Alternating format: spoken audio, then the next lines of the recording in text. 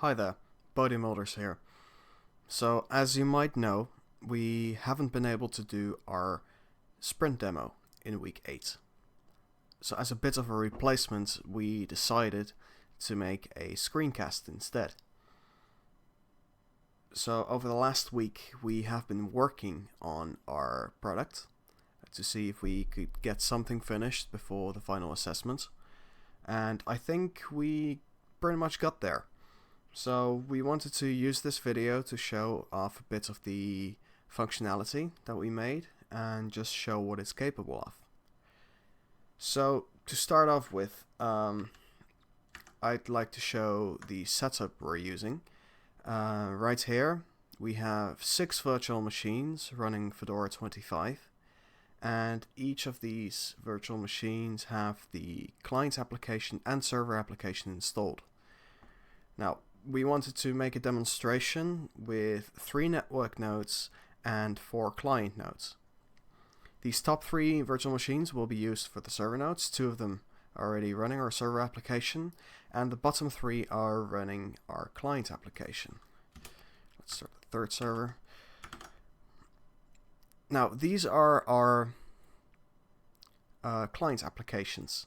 The bottom 3 are running on the virtual machines, and the top one is the one running on the host. And they are currently trying to connect, but they won't before they found the 3rd node, because they are using onion routing and need 3 nodes at minimum in order to function. So, as you can see, the first thing that happens when you connect is the network asks the client for a nickname if it doesn't already know any for it. So let's just enter that. My name is top one, and here we take Johnny Smith.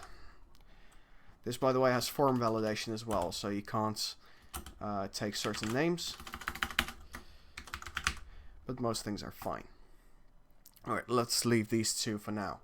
So when we're here at the start screen, we have the option to create a conversation. And when we do that, we are presented with a modal dialog, which lists all the people available on the network. Now, as you can see, it also lists the people who are unknown, so the people who haven't entered their username yet. But that doesn't really matter, we can still create a conversation with them. Now, when we select one person, we can create a private conversation like this. It's fine. If we select more than one person, we are creating a group conversation. And group conversations need a name, so we need to choose a name here. Let's see, test group, which also has instant name validation.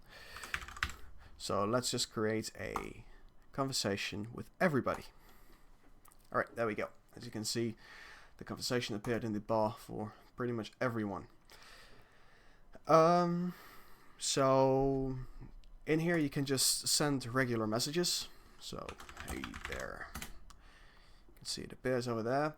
And because Johnny doesn't have the conversation active, it shows a unread marker.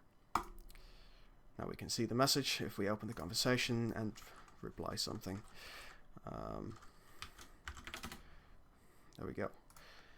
Now on the right here you can see that we have a presence bar, and this bar basically lists everybody who is currently in the conversation. Down here you can see me, and above there are the 2 people who haven't entered their usernames yet. So just to show, if we now enter their usernames, say Bobby Hastings, everything is instantly updated. The create conversation dialog, the presence bar over here, and then the last person, Daisy McDowell. Right, there we go. Everybody's identified. So for every conversation, there is the conversation menu.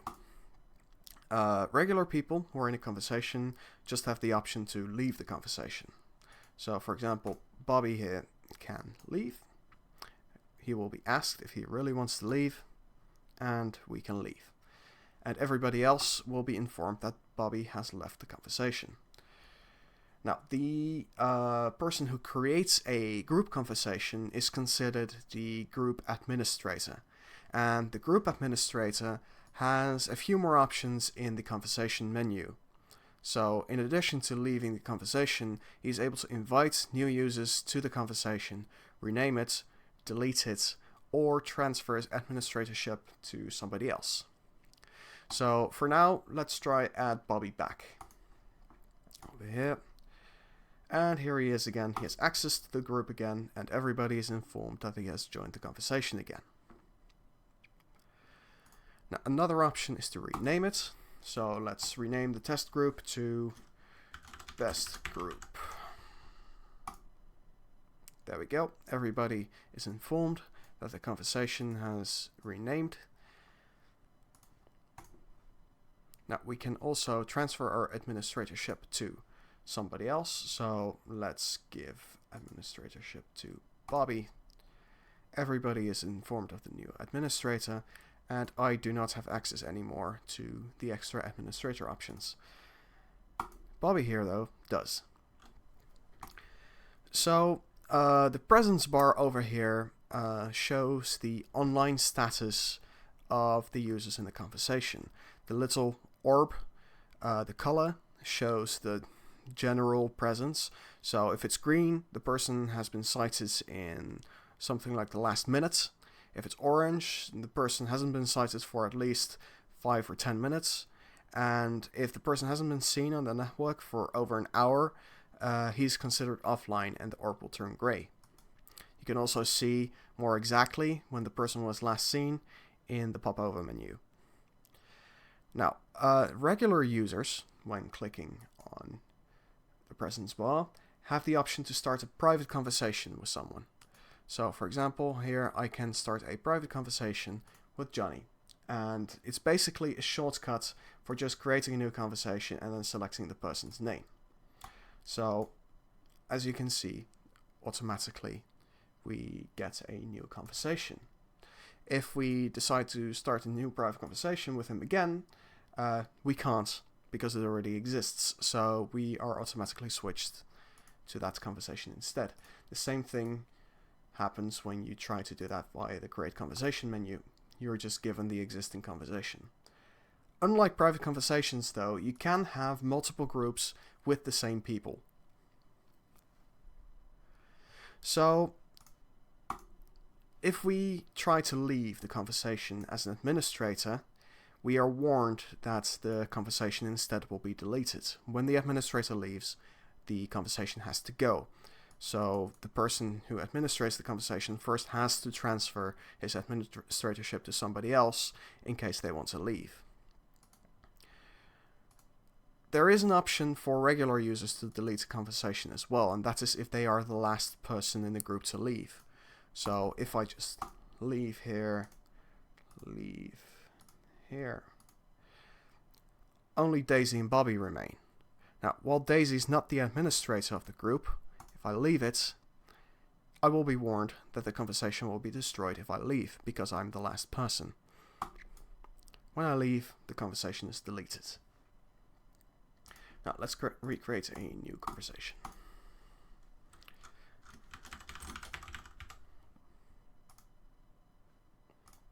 There we go. Now, as you can see, I do not have the test group selected up here. But if I send a message here, I do get desktop notifications. So you will get a desktop notification for every single message you receive that is for a conversation that is not the active one. That's everything pretty much for the conversation menu. We do have a small system menu here where we can change our nickname to something else. So I can just put in my first name instead, and everywhere I'll be renamed. That's pretty much everything for the functionality of the application. So one thing I did forget to talk about was the network stability of our application. So what would happen, for example, when one node dropped out? We can actually demo this by just taking down one of the nodes. And because we only have 3 nodes, everything is going to disconnect because they need 3 network nodes in order to ensure anonymous communication. Now we can start it back up again, and as you can see, all data will automatically be restored and every client will automatically reconnect. The data from the online nodes is being sent back to the new node, so it just shares the application state, and all the conversation data is still present.